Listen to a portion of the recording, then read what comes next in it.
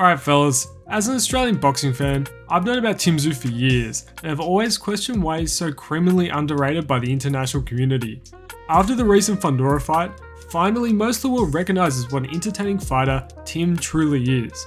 But what if I told you, Tim and his father Kostya weren't the only professional boxers in the family?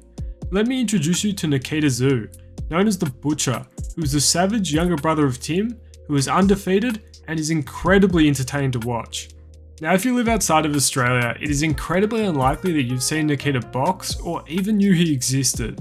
Alike to Tim for many years, this is mostly down to the reason of the closed ecosystem of Australian boxing, with promotions rarely being broadcasted to other countries on their respective networks. But within Australia, Nikita is well known for his exciting knockouts, willing to say whatever he thinks, and to be the third pro boxer to come out of the Tszyu family. As one of Kostya Tszyu's sons, he's always been around boxing.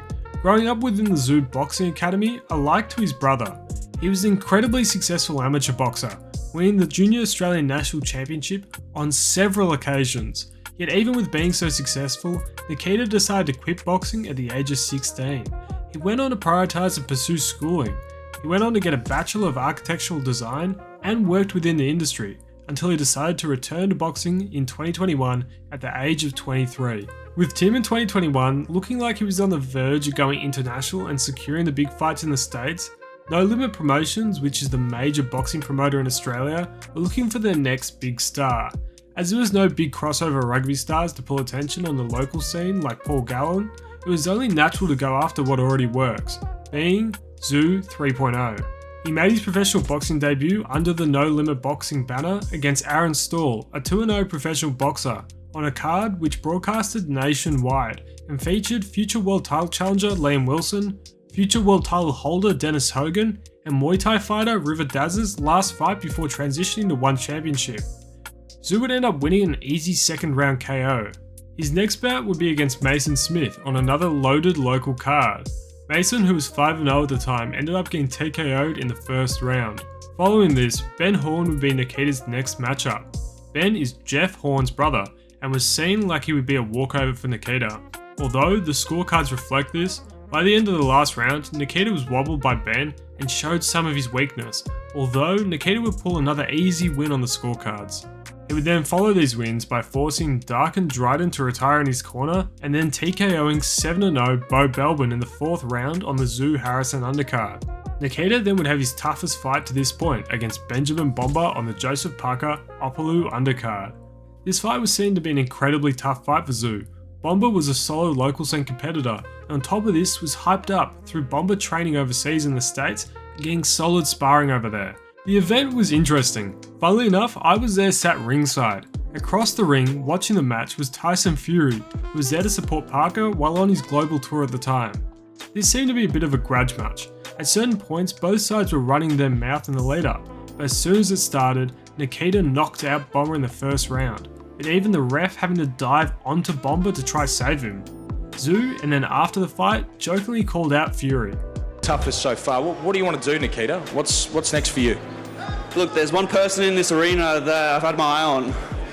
The Gypsy King, Tyson Fury. Come on, we're going next. I don't care if we're going everywhere. I'm taking your WBC title. I'm joking, don't kill me.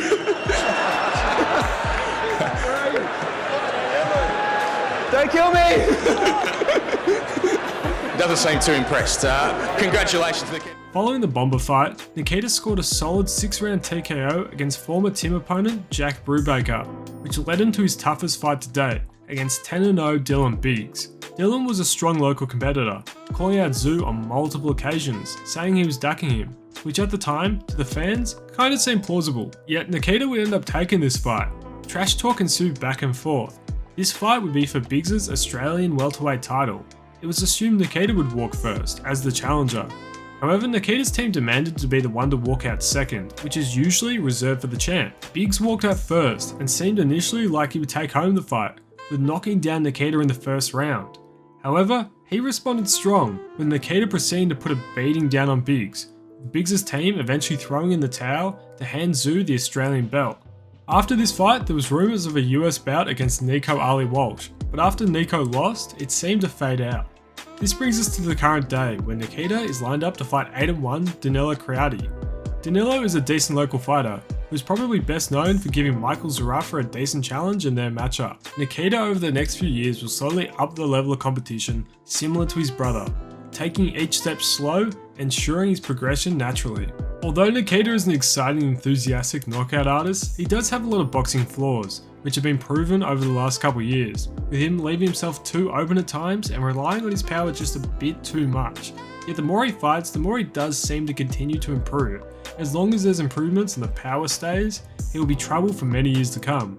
Additionally, his power combined with his southpaw stance makes him a troubling fighter for anyone to fight.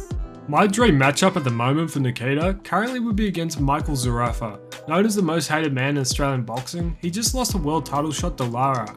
As Tim is now too big of a name for a matchup, he would line up with Nikita perfectly, and it's a fight which could turn Nikita into a household Australian name, as him fighting an ex-world title challenger would be a massive tick. Although at only 26, he has lots of time to grow and follow in the footsteps of his famous family. His next fight coming up, I would recommend you find a way to watch somehow, because it's going to be entertaining.